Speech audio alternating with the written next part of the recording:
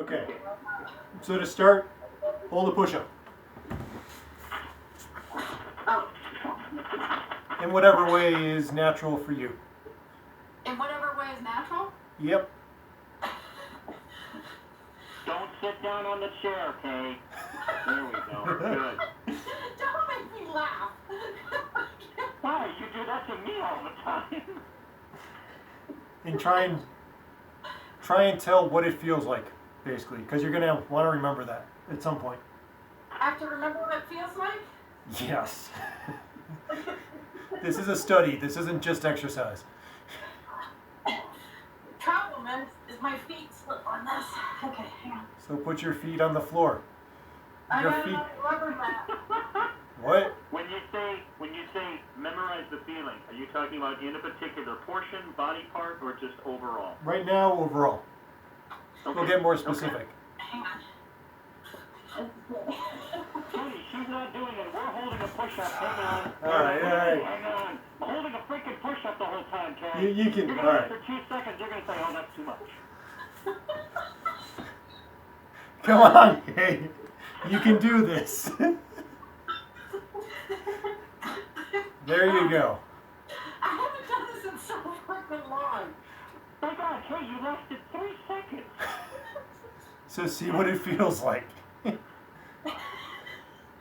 like shit. All right. You can stop, Andrew. Thank you. This is going to be a long class. It doesn't have to be. It's going to be longer because Kay's not enjoying. Sorry. Never. All right. Okay. So, with Systema, what I learned how to do, and we're going to hold it for longer this time, is relax the rest of the body so you use as little effort as possible. So, it's not stacking. You want your whole body to be able to move. It is removing as much tension as possible. So your muscles are doing less work. Basically, they're doing the bare minimum to hold you up. So, Your elbows should be a little bent. very straight. What? Your arms are very straight under your shoulders. Nope.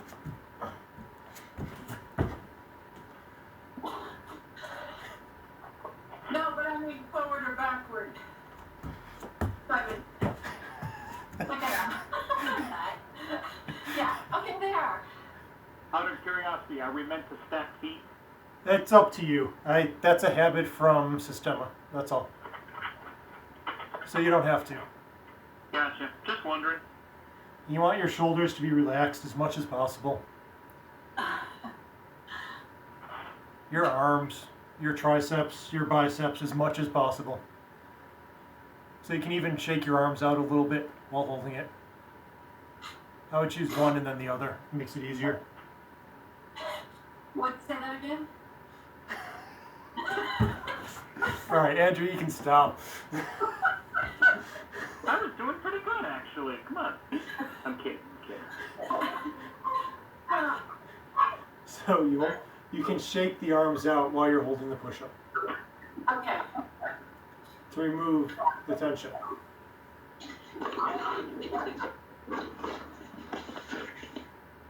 Oh, Kathy, you don't want to join the class. Hello.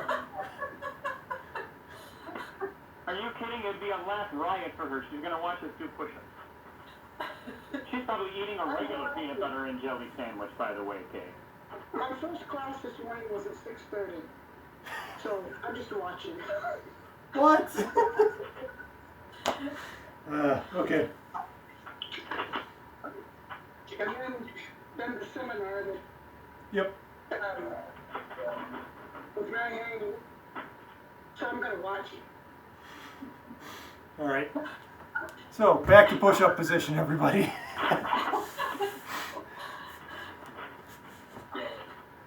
So, right, everything's relaxed, so you can move if you want.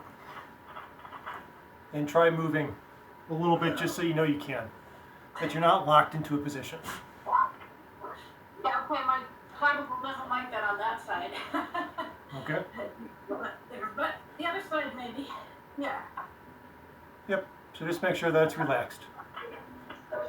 And now, Oh no. No. Jesus. All right, Andrew, stop for a minute. Kay has to get her house in order.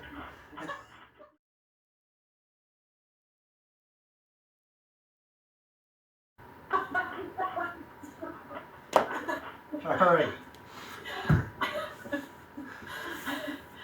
Glad this isn't in person. So, your body is relaxed as much as possible. And Your what is relaxed? I'm sorry? your body. Thank you. But now, put tension just in your hands. So your hands are really tense and everything else is relaxed. Hey, mi- And hold it.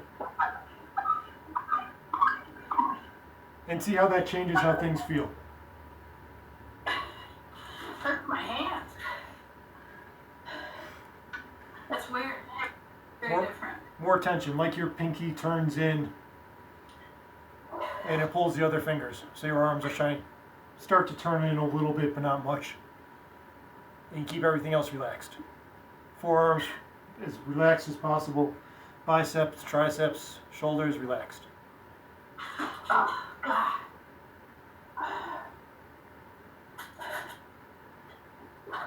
Can't really do this in a plank. Huh? Nope. Sorry, Kay. Alright, so stop. Let your arms relax. Let your hands relax. But doesn't that get to your wrists? Nope. Because you keep your wrists straight. Yeah. So it's the The same. the wrists are not bent while doing this. They're pretty straight through. This is actually a good way to build up strength for like striking something. Because yeah, you need to be able to support your whole body weight on your wrist. So I mean, technically, later on, you want to be able to, right, so that this won't break when you hit something. That's good exercise to do. We're not doing that right now. All right. So we're going to go back into push-up position. This time, Yeah, Kathy, can you go on mute? I'm hearing something in the background pretty badly there.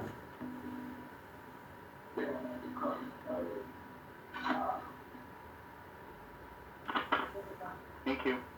okay. So this time we're going to go into a push-up position. We're going to tense our elbows, but keep our wrists and everything else relaxed as much as possible. Tense the elbow? Yep. Okay. And see what that feels like. And I mean, I know technically you're not tensing the joint, but you're making the joint stronger by muscles around it. And hold it and feel how that's different.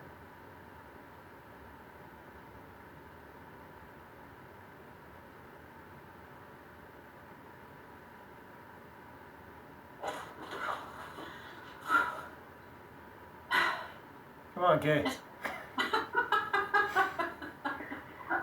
All right. I'm doing it. I You can wanna stop, try Andrew. to testify. You can stop, Andrew. You know, it's funny, I love these exercises because it is always useful for me to practice isolating a body part versus another. It's difficult sometimes. When you need to tense something, something else naturally tenses. Yep. And this is practicing that under tension, basically. All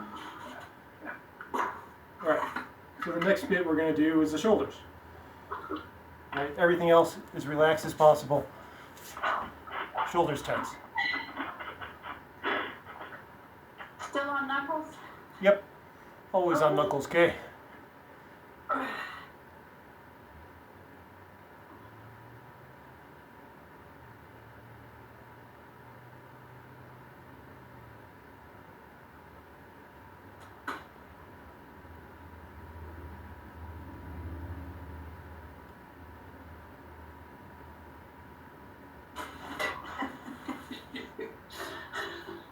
All right, Uh, can relax, Andrew.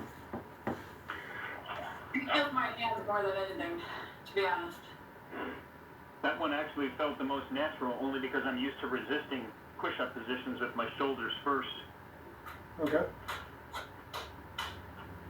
Give it a minute, and then we're going to move a little further down the body until we can, so basically 2 more steps, and then we'll connect to the core, and we'll try and connect the core to the different parts. And then we'll move on to the next thing. So, for this one, you want these muscles to tense. The lats? Not on the side, but the back. Yeah, no, the lats in the back. Okay. I thought those curved around the front, but They attach on the ribs in the back, but they're on the back. okay. They're definitely. Then yes. Cool.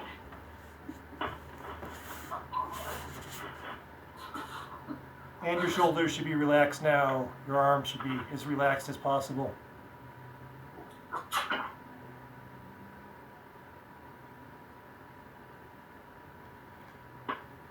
And theoretically, this one you should be able to hold longer because it's a much larger muscle.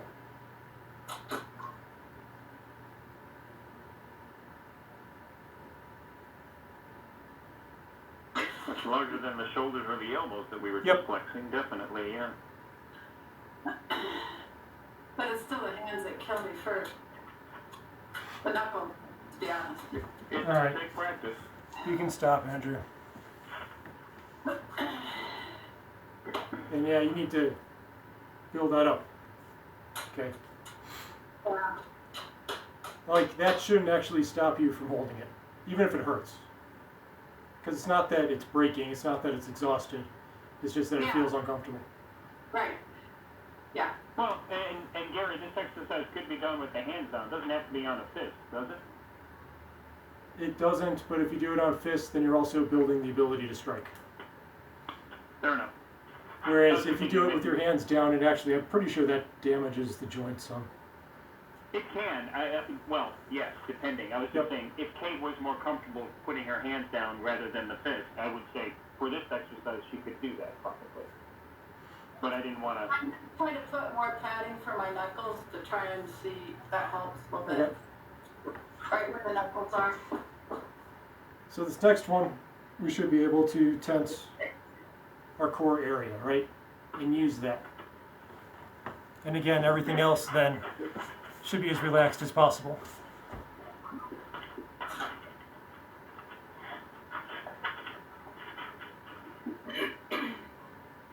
Now technically, you've been using your core this whole time, so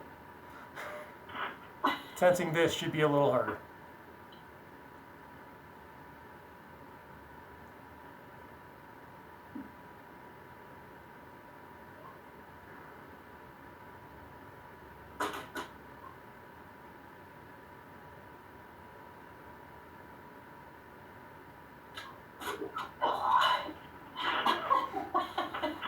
Okay, we can stop. Clearly, we were so interesting, Kathy left. Oh, there she is. Cool. She's still there. So, the next bit, which is what I tend to do most of the time, is you connect the core with one piece, whatever piece you want, to basically relieve some of the force in that area.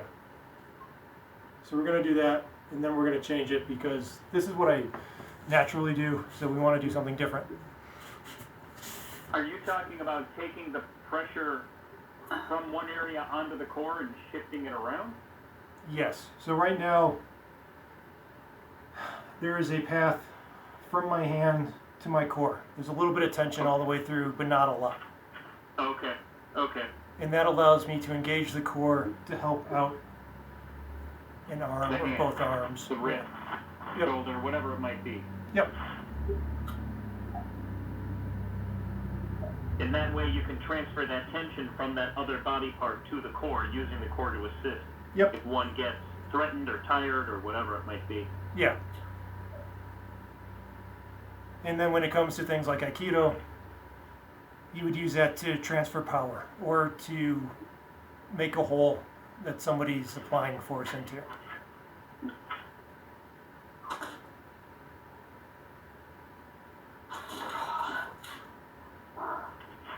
All right, so we can stop. You don't have to talk for me. So for me, for a lot of internal work, this is what we did, right? You would take your core and you'd use it to move a point. So it would go through your body and move a point. Yeah. Or if you're actually engaged with something, you just make the connection and then use, sorry, you can't see because camera. No. There you So go. it presses in and you take that onto your core and you can apply pressure or relieve pressure from it based on the change here. Something that was kind of interesting from Ikeda's sensei's class on Friday or Wednesday, I don't remember which, was more than one part engaging. So up until now for me, for the most part, I try to keep most of the rest of it quiet. So I have my point that engaged and the core behind it. While the rest of this was as minimal as possible. So what we're going to do now, we go into the push-up position. We have the path from our hands to our core, which is normal. And now engage your shoulders pressing down. Engage your what? Shoulders to press down into the ground. So now you have two things engaging. You have your core and your shoulders all going into the ground in that path that you've created.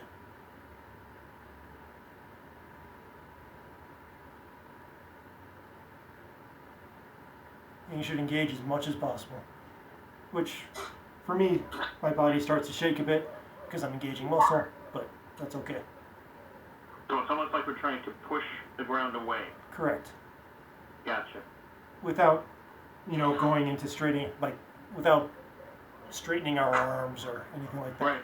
But it feels like I'm engaging my arms a lot now. So you have to, so you can stop, Andrew. You don't have to engage your arms. You can keep that same path. You're controlling what muscles are firing along it and how much. Well, and in this case, we're focusing on the shoulders pushing, not Yep. necessarily the arms pushing, right? Correct. So my hands are connected to the core is pressing down. My shoulders then follow that same line and press down at the same time.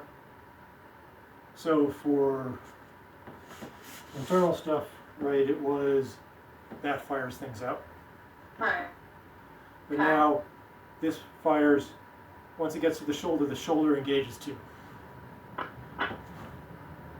It's So it's stronger. like hip to shoulder outward rather than just hip straight. Not hip, core. Muscle. Because hip turning is a little different for me. Well, no, I'm not talking hip turn, I'm talking the muscle. So what I'm saying is core to shoulder out rather than just Yep. core project. Yep. Gotcha. And so if you practice that on your own, be a little careful with it because it pulls your joints a bit more. At least for me it does. And it could be because I don't know how to control it well yet. But this fires, that fires, and because this is firing, it pulls the joint a little bit more than if I just go through that. So this time, start in the down position. Oh, and then try to get up? Are you kidding me? Fire your core to your shoulders and then out to your arms to get up. Oh, great. And then just go back and try it again. Go from your shoulders to your arms? Core fires up to your shoulders fire down through your arms. If I do it slow. Right. That worked, Harry. Yep. I never been able to do that. Yeah, The idea is you're not pushing yourself up with your triceps or your chest. Correct. You're pushing. Wow. I've never been able to do that.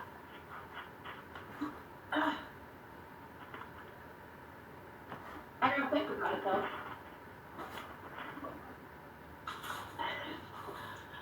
Can I see you do one, Gary?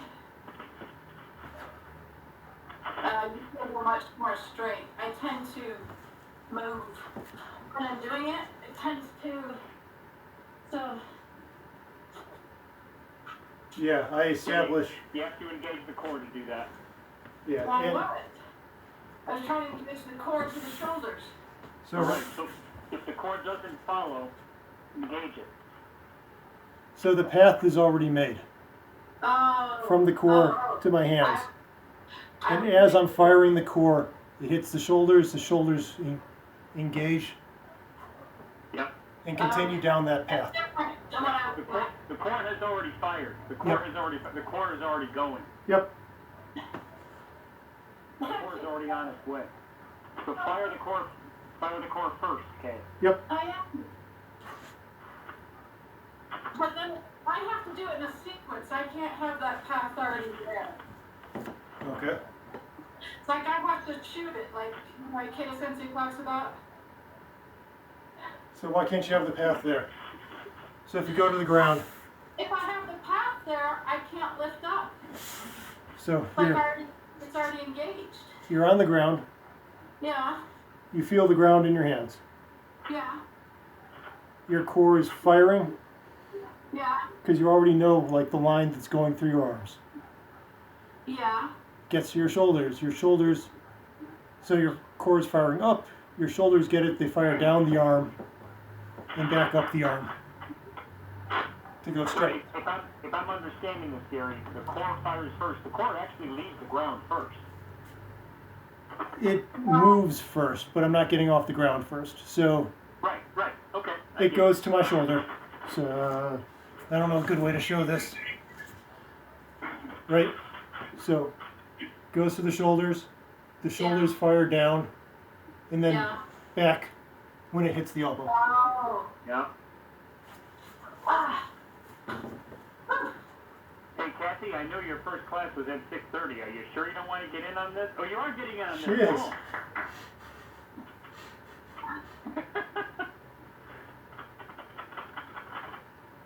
I get it, but I can't get up. I get your point. I can't get up either. I'm So- also getting to the muscles that I've been working on with massage therapists. If firing the core gets to the shoulders, and then I'm stuck. Okay, so it's at your shoulder, right? So now Yeah. pull your shoulders towards your elbows, Yeah. and at the elbow presses towards the hand. Oh shit. That's hard. It's hard. My words exactly. Shit. A lot easier the way I was doing it. Where I shoot it. That's Right. yeah. So yes, you can, right? But you're not actually engaging anything when you do that. Well, no, I was shooting for my core. Not really. You're arching your back. Was I? Yeah. Oh, Yeah. got it. Okay. Right? Because that's what happens. And then yes, that's way easier. Yeah. I don't know what you were doing, Kay, but what it looked like the hips stayed on the ground and everything pushed off here. Oh. Where it come? Where I can't do that. Right. So the reason that's easier is because you're not actually right. It's not your upper body that's doing it. It's now your legs. Yeah. Yeah. That's extremely easy. But you're also not using your core to do it. Right?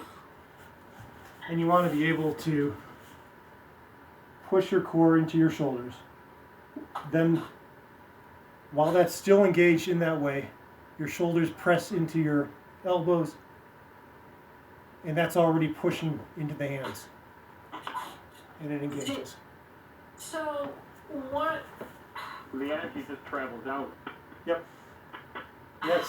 That's kind of the point, right? So if this is leading the action, then the shoulder engages, once the shoulder gets hit by the movement basically that's occurring. And I put in a little bit extra at that point. And then later you engage also the elbow or the wrist or whatever else. Right. And you can engage as much power as you want or as little power as you want. So your whole body can be behind it or not, depending on what you want to do. Huh. Makes sense. I'm just not used to doing it. If I remember, Gary, this was part of the basis of a Sistema punch, was it not? No. Sistema, you get rid of all of it. And you just throw the hand. So there's no engagement between your source of power and your hand. Yeah. It's almost like there's no plan, there's no path, it just happens. Yep. And that's why the way that I know how to do push-ups for the most part is there's something in the hand, there's something in the core, and the rest is relaxed, or as relaxed as it can be. That's why you can do all the weird movement kind of stuff from it. Because I'm not actually engaging those muscles to make this path, I'm not engaging them hard, is really the thing. Right? So my muscles just below the buttocks are just really strained trying to do that. Okay. Say that again. The muscles just below the buttocks are aching from trying to do it. Yeah, for me the core sits higher than that. For me the core is the lower abs to one set of abs above it, just a little in between, and the lower back. I told them I'm finishing up a Zoom call. Okay. You can also, there are people who talk about the core being lower than that, which also then engages the backs of your legs a little bit. So it's a question of where do you want to draw your power from. And that's a choice. Like you should be able to go lower and do the same thing. So that would be firing. But then this is engaged a little bit also. What, now you're gonna go sideways? Oh no. There's I'm gonna go check my knees.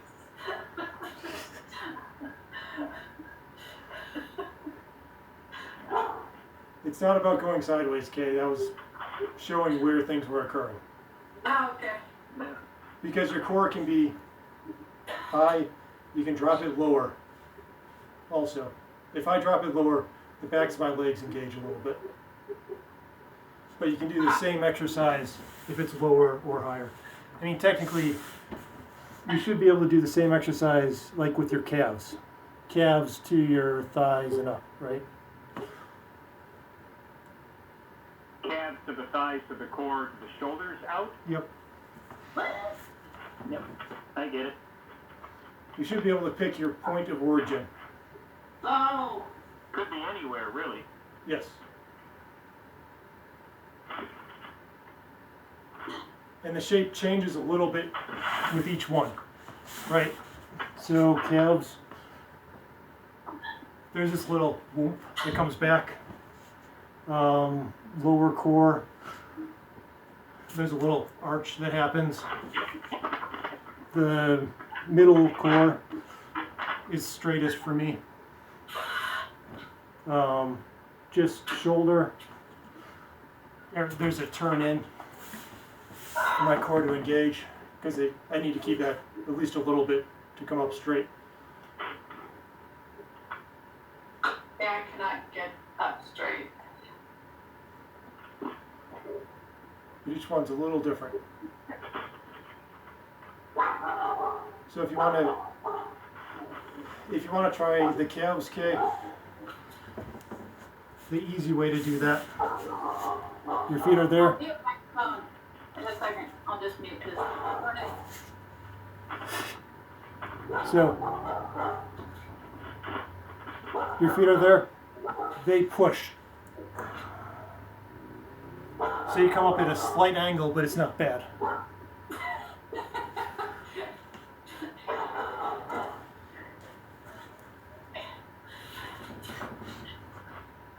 Like that's the easiest way, I think, to engage the calves for it. Yeah, my problem is I still can't lift up. And you still need arm power to be able to do that. Right? Some, Definitely. but I mean, that was the whole holding it. Like that's the point of the holding at the beginning, is to figure out how to do this without engaging your arms so you don't need a lot of arm power. Yeah, but it still was engaging them a lot, seemed like to me, so I probably wasn't You have to- relaxing them. Right, you have to find a way to relax it, and then you go to a different position Let me check. and find a way to relax I there. gotta make sure God is not gonna bite them. Be right back. So a practice you might want to do, Kay, Yeah. is holding it Uh-huh. up at the top. Find a way to disengage your arms as much as possible. And the way you do that is you hold it for a very long time. And then you go to half and do the same exercise, same study. You're basically burning out your arms then, right? I mean, The point is if to there's, disengage them though, so once you get used to disengaging them, you can move to a different place and not use them in the same way. You If I should- remember the exercise, Gary. yeah, you shouldn't be burning out your arms. In order to go for a long period of time, you need to reduce the amount of muscle that you're using, or else you burn out your arms. But I feel like my body will drop. If your body drops, your body drops. Like you're on a mat. It's not going to hurt you. It's okay though, right? Is that, I felt like you're not supposed to let your body drop. So the goal Look at my shoulders. I don't know if you can see me. the goal is to stay upright. Okay. If you burn out your muscles will drop and you'll fall. That's not a problem because you don't get hurt because you're on a mat. Like that though. But again, if you reach the point of burnout and you drop, it just means that maybe you do need to work on the muscles. Maybe you need to figure out how to relax other muscles Yes. to support those that burn out so quickly. Yes. I mean, stop me if I'm wrong, Gary, but burnout is not a bad thing. It can point out either where you're weaker or what you may be doing incorrectly in terms of using a muscle too much. Yes. Well, I feel like I use a lot of these upper muscles to keep my body flat versus drop. This is what should keep your body flat. Oh. Your upper This body doesn't doesn't. keep your body flat. This does, and this Yes. does. Okay. That's why when I went to from the core, my body starts to shake a little because I've been using it this whole time. Right. Oh. And I haven't, probably. Right. For what it's worth, Gary, don't mistake me. I do get tired doing this. I'm still using things. It's not that this is effortless and I can sit here for 5 days. But your arms don't feel like they're gonna give out. Not immediately. I mean, give it an hour, yeah, they probably will. Oh my God. I could barely do it for 10 seconds. But again, I'm not using them. If I was using them exclusively, only the arms, look at them shake. You see them Yeah. shake when you start to push them in, but you don't need to use them in the same way. And I'm not locking my elbows. My elbows are still bent. See, I think that's where I'm doing the actual push-up for. No, my elbows are bent. Yep, your elbows should be bent. Your That looks core, like a good push-up position to me. so your core should be pressing down into your legs. That pulls your body straight. Oh gosh. Yeah. Right, so core not engaged.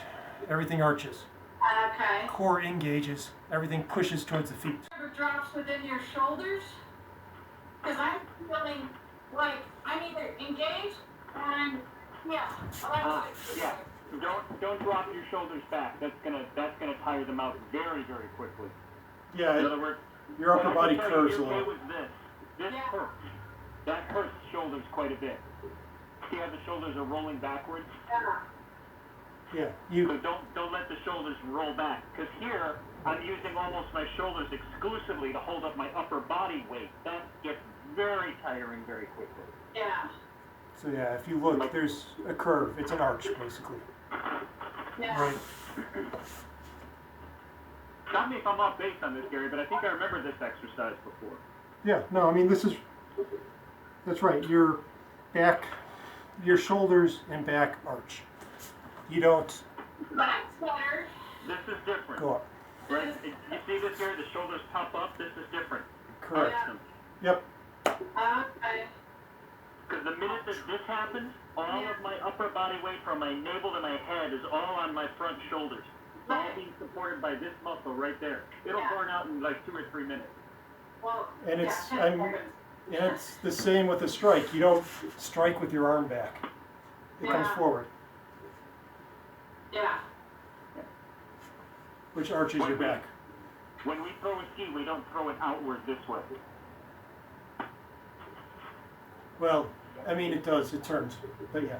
Well, it turns, but it doesn't go forward. That's what I'm saying. Right. It's not here.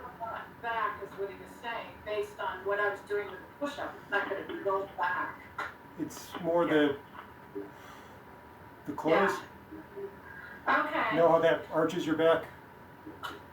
Or curves your back. A curve is probably a better term. Yeah. Yeah. I can't arch my back like a cat. Well, I mean, Oh, you can't. this do it. is maybe arching. I don't know. It depends.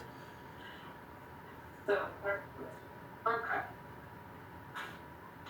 But because of that shape that Gary is establishing, Yep. he doesn't have to rely on his shoulders and his arms holding him up. He can use his core, even his hamstrings, his quads. He can use his, whatever else it might be.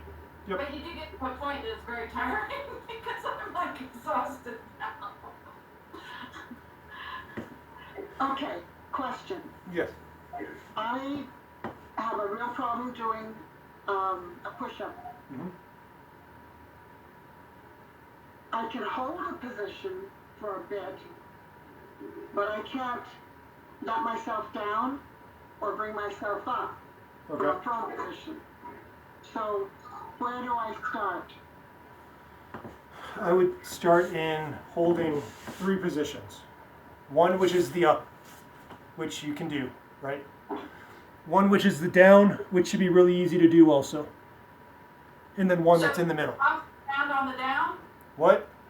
You're off the ground on the down? Correct. Okay. Oh my gosh. Yeah, that one would be hard for me. No, that should be really easy. It's close to your body. It's close to your core. Yeah. It's easier than you think. The middle is the one that The will be middle is the difficult. hardest. The middle is absolutely, well, to me, Gary, the middle is So the there. most difficult. There and there. Barely. And then you can start moving between the two, right? Or between the 3. So you can go from middle to up to middle to up to build the muscles in between. And you can go from middle to down to middle to down.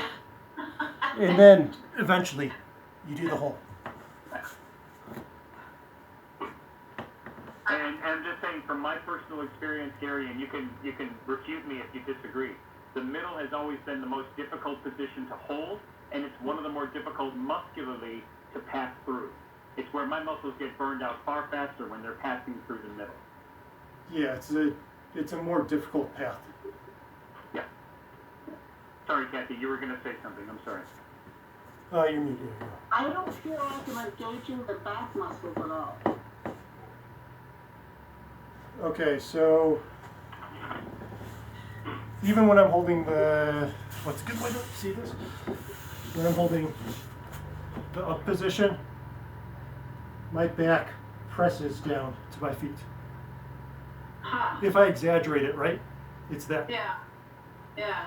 So I don't- he's pressing downward with his back towards his feet, Yeah. not pressing towards the ground. Correct. Right. And I don't do that as much. Like this is exaggerated a lot. Normally it's just that much. But that engages that line, the lats. The only analogy that I've been able to think of on this one is when you engage your hip when you're standing up rather than stick the butt out. When you engage the hip, you're driving the hips downward towards the feet. You're not necessarily pushing them forward. I think, Yeah. Gary, that's kind of the same idea. You're Yeah. you're using your back to push down towards your feet. Yep. Okay. That makes sense. And that's something that I've started working on. Okay. Plus my nails are digging into my Right. palms, so I'm gonna tear my nails more. That would help And- too. That would definitely help too. Yeah, it's kind of like these daggers. I got marks now. So, You should have practiced, Gary. You told us to cut fingernails and... so that pressing down though, He gave us the choice at the beginning of class, I and did. we said, no, we'll take whatever you got. I blew it.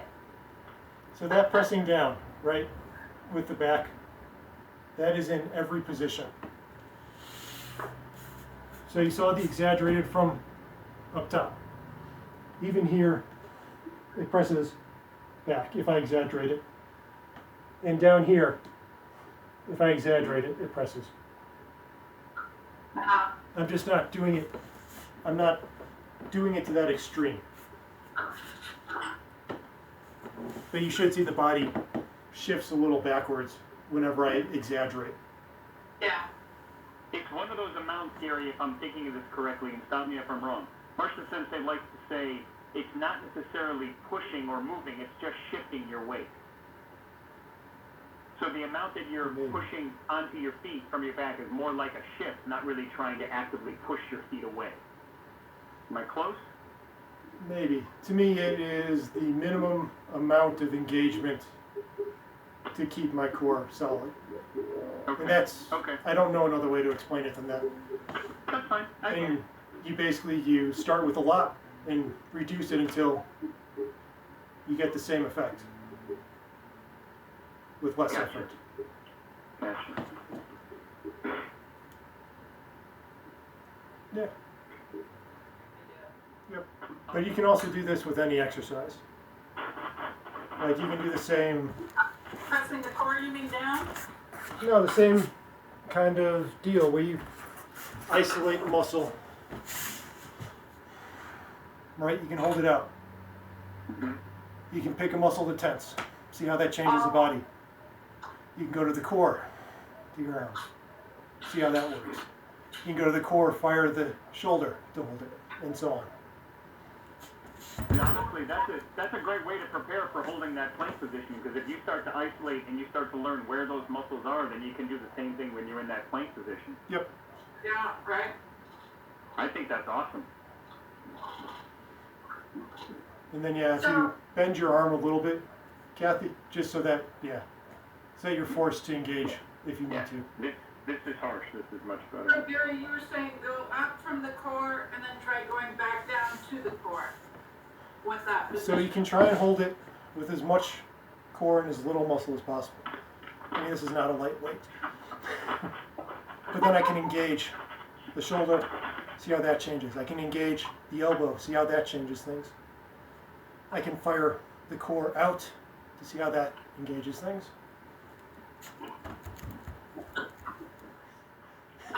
I'm already tilting just with the 5 pound. So you, And honestly, if you're tilting, as you come back to posture, just feel what muscle has to fire and hold to hold that proper posture. you shouldn't tilt to adjust it. You press your core down.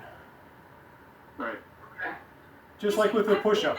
With this 5 pound weight, so obviously I need to do some exercises first. No, 5 pounds is plenty. 5 pounds is plenty to feel a muscle work. Heck, I'm holding a Joe. Because I don't have a weight. I don't have any weight here. And But my point is just feel what muscle, and then once you feel that muscle tighten, then tighten another one on that side to relieve that. so Kathy, if you can relax that other arm a little bit more and then fire this down. Like your free arm, try and get it to relax. There you go. I mean, Because it should be your How- core how that's I think, doing it, Gary, not we this. used to practice this. We would hold a weight out, and we would flex the side, Mhm. so we can hold our alignment. Now, once our obliques got tired, change that to the butt. Flex the butt. Relax the oblique. Have the butt hold your body in alignment. Oh, Then the butt gets tired. Transfer to the shoulder. See if you can pull your shoulders and, transfer that weight that's in my right hand to my left shoulder, so my oblique and my butt can take a break. Then you just transfer it around. yeah. Am I close, Gary? Yes, you can also just create a path to the ground and not allow your muscles to get that retired from it. Right, so then the ground holds up the weight. I just changed the pathway that the weight takes to the ground. Yeah, but even then you probably don't have to for most of it. Like for a 5 pound, you probably don't have to. But Gary, I do find it hard to find the path to the ground with this. I So, am Because you're sitting on a chair. Maybe.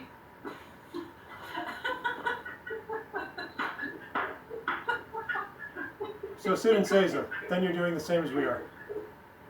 What? Sit in Seiza, then you're doing the same as we are, right?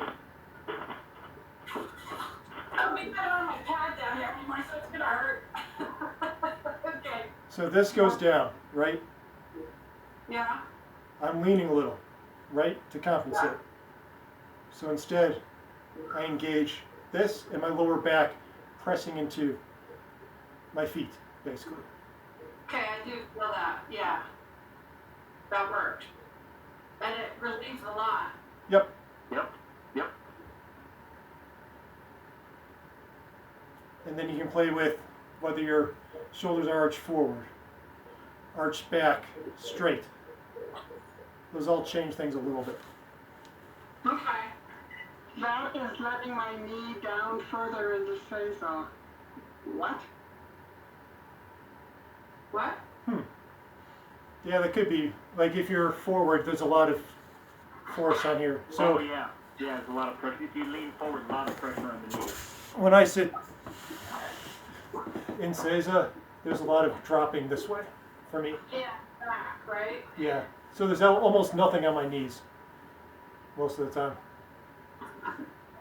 And that's because this engages and this drops.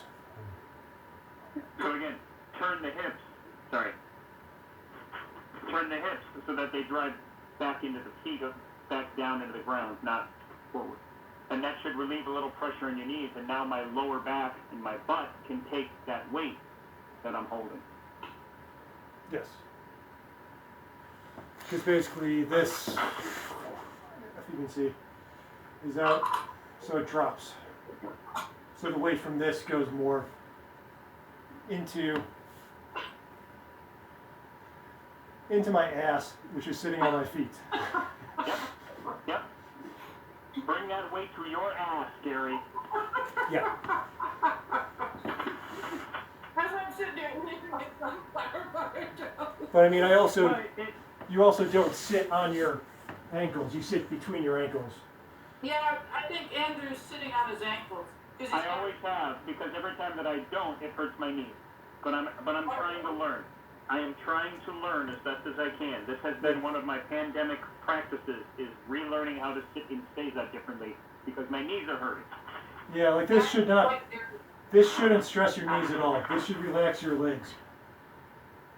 And actually, it's not the knee joint that's the problem. It's one of the ligaments on my left knee that's the problem. Oh, So yeah, so I might need to stretch, basically. I'm trying to redo it a little bit. So for me, this is good for my lower back. It's harder on the lower back, but my legs don't go to sleep. oh, really? Yeah. Yeah. I'm on a hardwood floor too right now, so it's a little bit hard. But I can do it. Yeah. But Technically, it's not lowered towards the back. from my understanding, technically for Iaido, it's supposed to be like that, where these toes overlap each other with the right hand side underneath so it can draw. Yeah. That's why I was told the big toes should be touching. The big toes should just barely be overlapping. Just Tradition. on top of each other, yeah. Yeah.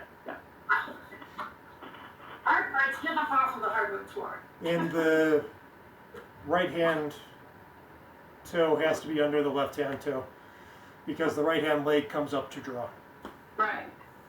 So the left hand toe is on top? Correct. Because otherwise your right side is trapped, theoretically.